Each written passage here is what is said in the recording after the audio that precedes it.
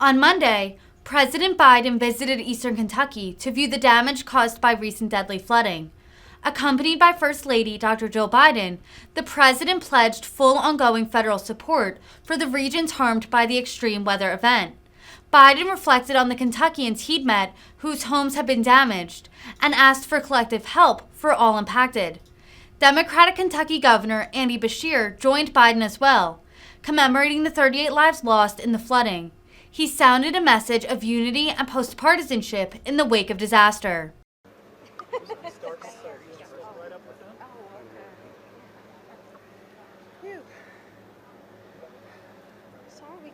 If you will, gather round. We'll have a short program.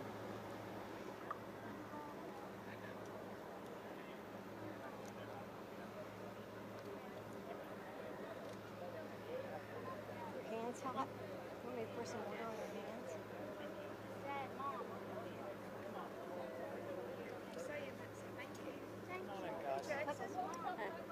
Hey, right over here.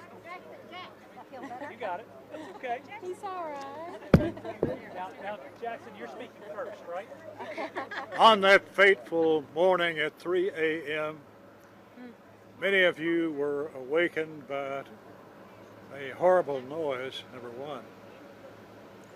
But before that day was out, we had asked the President for emergency disaster declaration, and that very day he signed the papers, bringing in all sorts of federal help, including FEMA and others. But what a spirit we found in the hills of Kentucky. We love each other, we love our country, we love our state and our county and our community, and we'll go to lengths to preserve those values that we treasure in these hills. And then the governor took up the cause and has guided it marvelously through these days and weeks. There's plenty of work yet left to do, both on the federal and state level. But we're also very excited that in the crowd with us today, helping survey the situation, is our own president, who is seeing to the needs of this region and doing what he can to help ease the pain. So, let me say a word of welcome with you to our governor, who has been on the spot over these past few weeks and days. Welcome, your governor, Andy Beshear.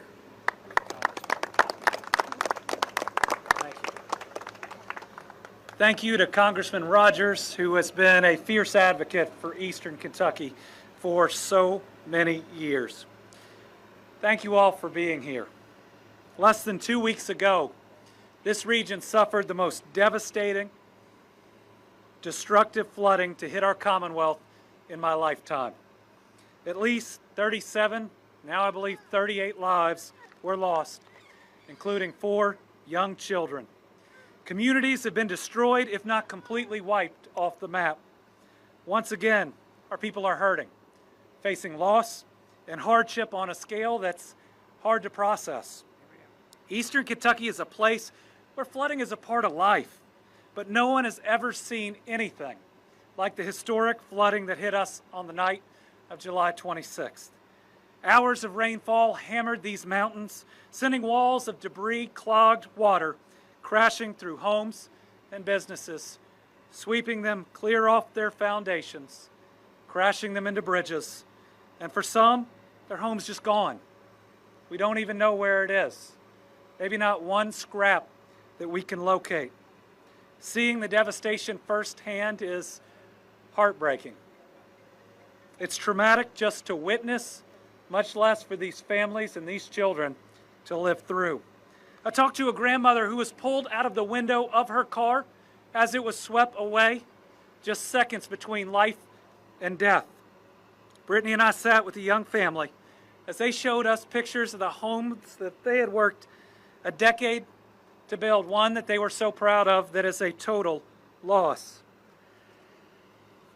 And as I stood at the site, where we lost those 4 children, nothing remains of that house but a little plastic swing is still sitting in the back where they would push 1 or 2 of those children, the oldest of which was in 2nd grade. The tragedy just comes all that much more home. And it comes just a little over a half a year before the deadliest tornado outbreak in our history took the lives of 81 of our fellow Kentuckians. And it comes amidst a one-in-a-century global pandemic that's taken more than 16,300 Kentuckians from us. All these people are children of God, taken far too soon.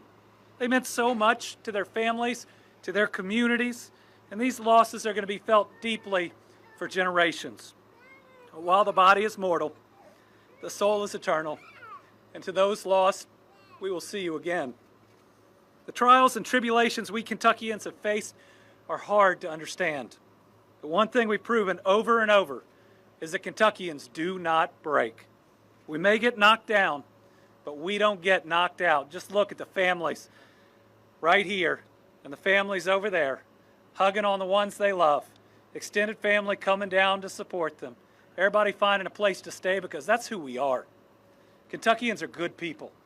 We open our hearts and our homes to one another.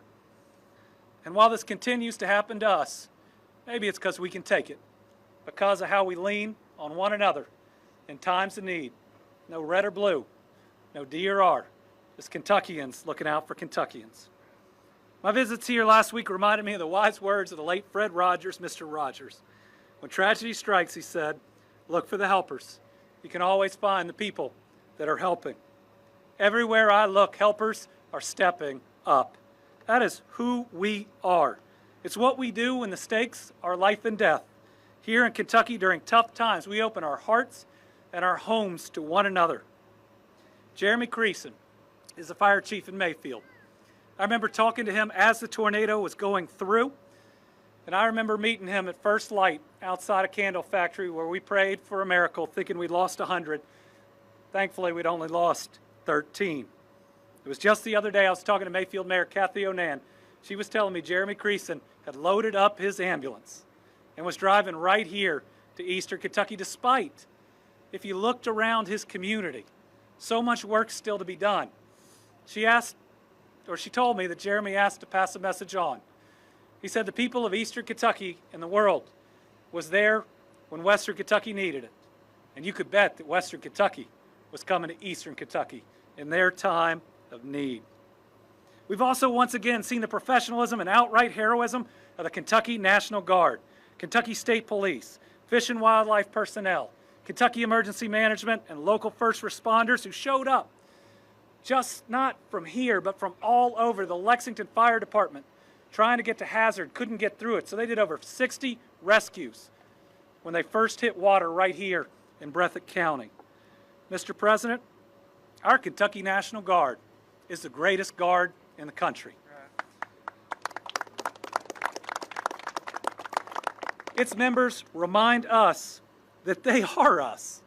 They are Kentuckians who are our neighbors, who in incredible times get called to service, and they never let us down. But for every rescue of our first responders, there were 2 by community members, neighbors that may have had a kayak. There was a young man in Letcher County with a jet ski that, I'm not kidding you, rescued more than 10 people.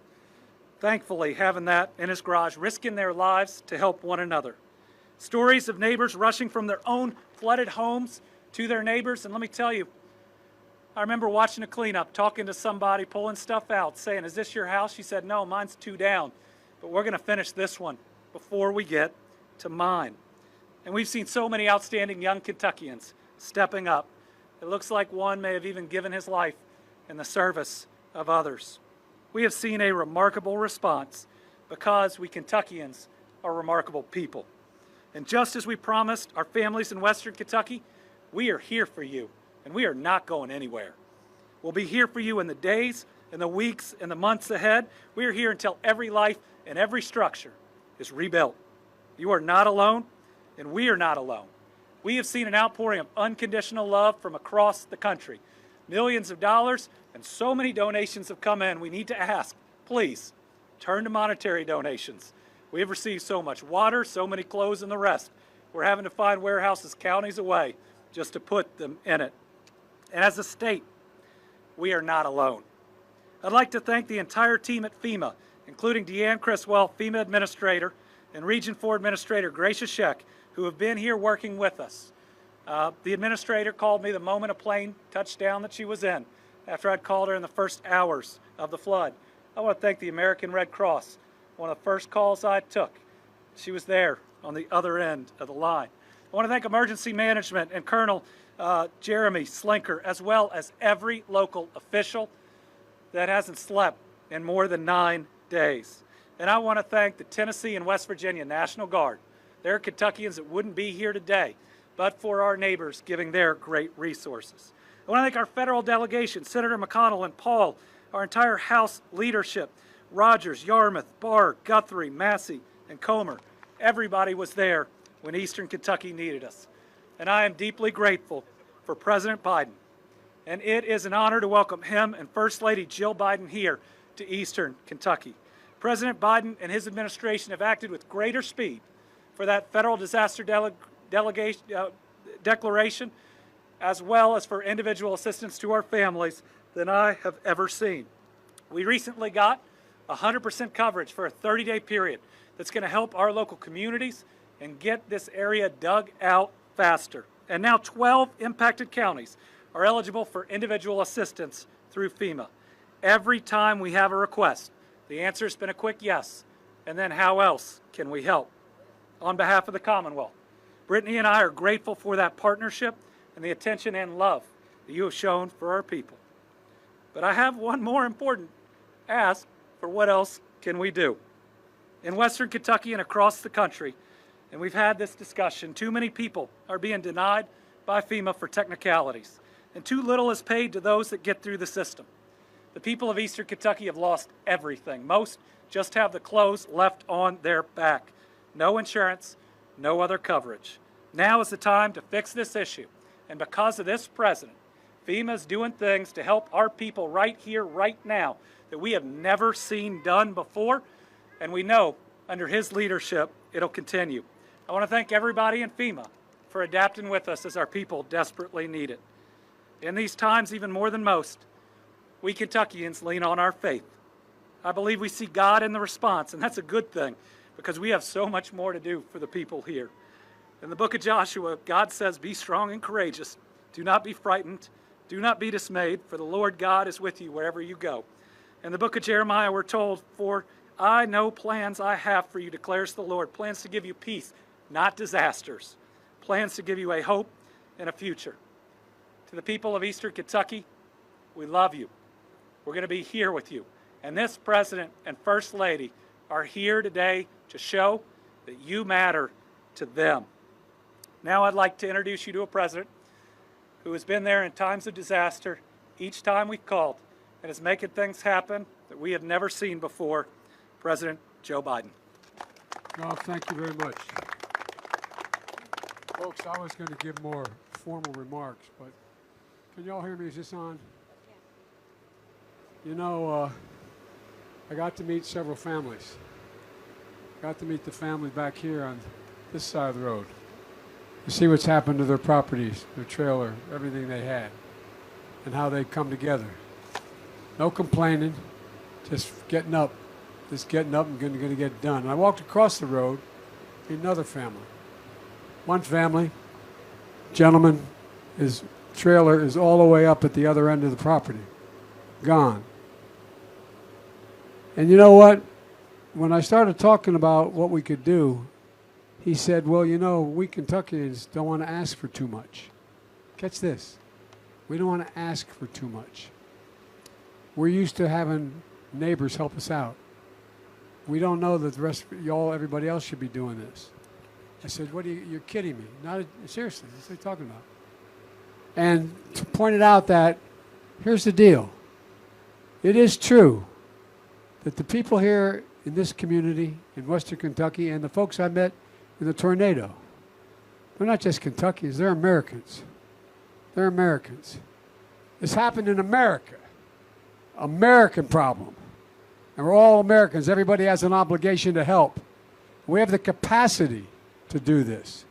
It's not like it's beyond our control.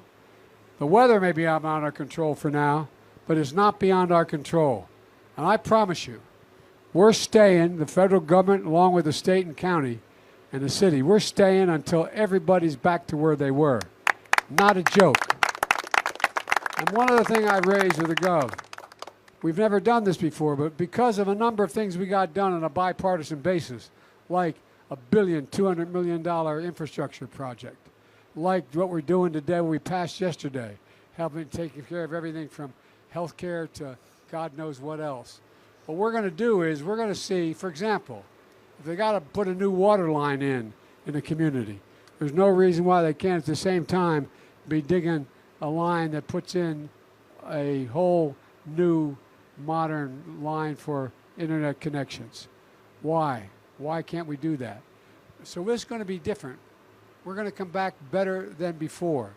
And I really mean it. That's the objective I have. Not come back to what we were before, come back to better than we were before. And I mean this, Gov, and you know I mean it. And I'm confident with your leadership we can do it. Along with we call them county executives where I'm from, but from the judge here. I'm finding this is something that we can all do. We can get this done. Because we're the only country in the world that has come out of every major disaster stronger than we went into it. We got clobbered going in, but we came out stronger. That's the objective here. It's not just to get back to where we were, it's to get back to better than where we were.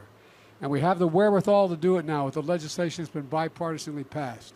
So I don't want any Kentuckian telling me you don't have to do this for me. Oh yeah, we do. You're an American citizen.